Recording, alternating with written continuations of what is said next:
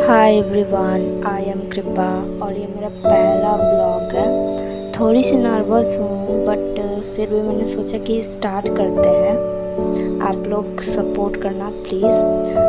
अगर आप भी क्लास 12th में हो या फिर किसी भी क्लास में हो, स्टडी करते हो, अच्छे मार्क्स लाना चाहते हो तो डेफिनेटली ये वीडियो आप सबके लिए है। मैं कोई टॉपर नहीं हूँ, लेकिन मैं अपनी पढ़ाई के दौरान कुछ ऐसी बातें सीखी हूँ जो हर स्टूडेंट के लिए बहुत यूज़फुल हो सकती है। तो मैं चाहती हूँ कि मैं आप लोग के साथ शेयर करूँ और इसी के साथ अपनी वीडियो को स्टार्ट भी करूँ। आज मैं आपसे 5 सिंपल स्टडी टिप्स शेयर करने वाली हूँ। अगर आप इन टिप्स को ऑनेस्टी फॉलो करोगे तो पढ़ाई थोड़ी और इजी होने लगेगी। मुझे लगता है शायद हो जाए। तो फिर स्टार्ट करते हैं। पहला टिप है एनसीईआरटी को प्रायोरिटी देना। सबसे पहले और सबसे इम्पोर्टेंट बात, एनसीईआरटी को प्रायोरिटी देना है। बहुत सारे स्टूडेंट अलग अलग बुक्स खरीद लेते हैं और कंफ्यूज भी हो जाते हैं, लेकिन अगर आपकी एनसीईआरटी अच्छे से कंप्लीट नहीं है तो दूसरी बुक पढ़ने का ज़्यादा फ़ायदा नहीं होता है। हर चैप्टर को लाइन बाय लाइन पढ़ो।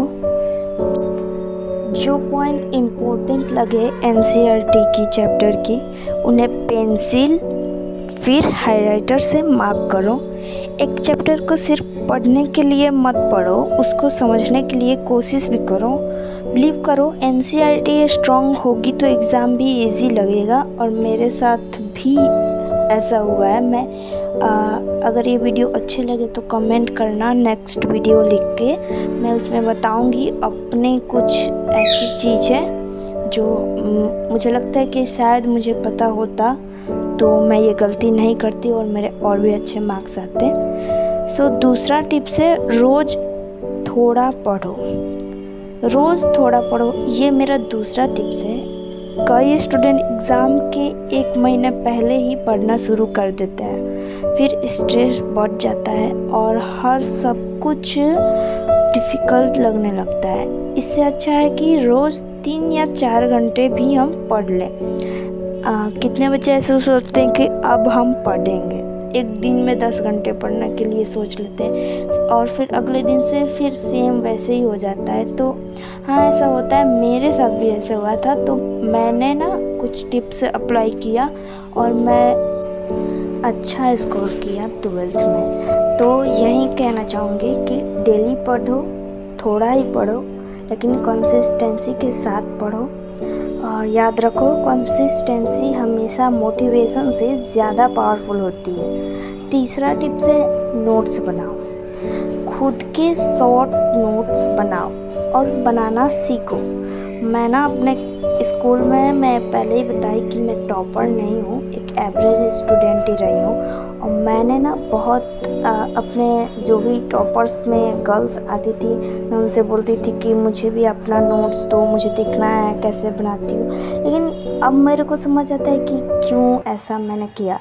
बट खैर, उसको साइड में रखते हैं और टिप्स पे आते हैं कि अपना खुद का नोट्स बनाओ, शॉर्ट नोट्स बनाओ और नोट्स बनाना सीखो। जब आप अपनी लैंग्वेज में नोट्स बनाते हो तब चैप्टर और भी अच्छे से समझ आ जाता है। एग्ज़ाम के टाइम में पूरी बुक रिवाइज़ करके जाना बहुत ज़्यादा मुश्किल होता है, लेकिन अगर शॉर्ट नोट्स, खुद का लैंग्वेज का नोट्स रहेगा ना, तो बहुत ज़्यादा हेल्प करता है। तो सिर्फ कुछ मिनट में पूरा चैप्टर रिवाइज़ हो जाता है और ये आपको कॉन्फिडेंट भी देता है कि हाँ, मुझे कितना इस चैप्टर से आता है।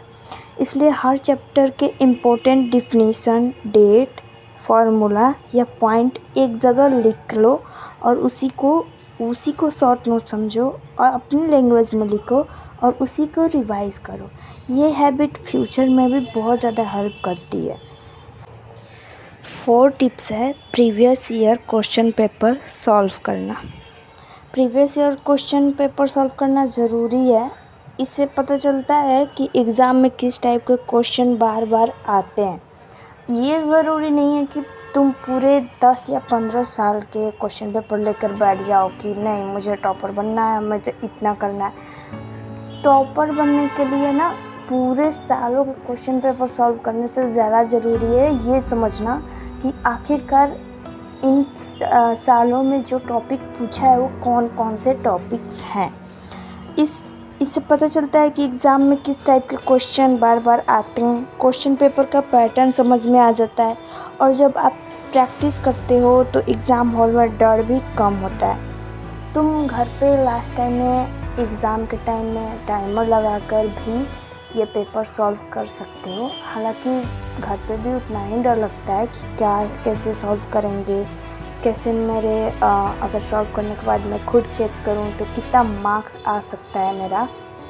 बट एक डर ख़त्म करने के लिए हमें ऐसा प्रैक्टिस करना चाहिए। और मैं कहूँगी कि पिछले 5 साल के क्वेश्चन पेपर ज़रूर देखना चाहिए, उसे सॉल्व करना चाहिए और ये भी कोशिश करना चाहिए कि कौन कौन से टॉपिक्स बार बार पूछे जा रहे हैं। 5वां टिप्स है फ़ोन का यूज़ लिमिट करो। हम लोग इस जनरेशन के हैं, हमें पता है कि फ़ोन से बहुत ज़्यादा हेल्प मिलता है, पर फिर भी फ़ोन का यूज़ थोड़ा लिमिट करना चाहिए। मैं ये नहीं कह रही हूँ कि फ़ोन बिल्कुल मत यूज़ करो, लेकिन पढ़ाई के टाइम में नोटिफिकेशन ऑफ कर दो।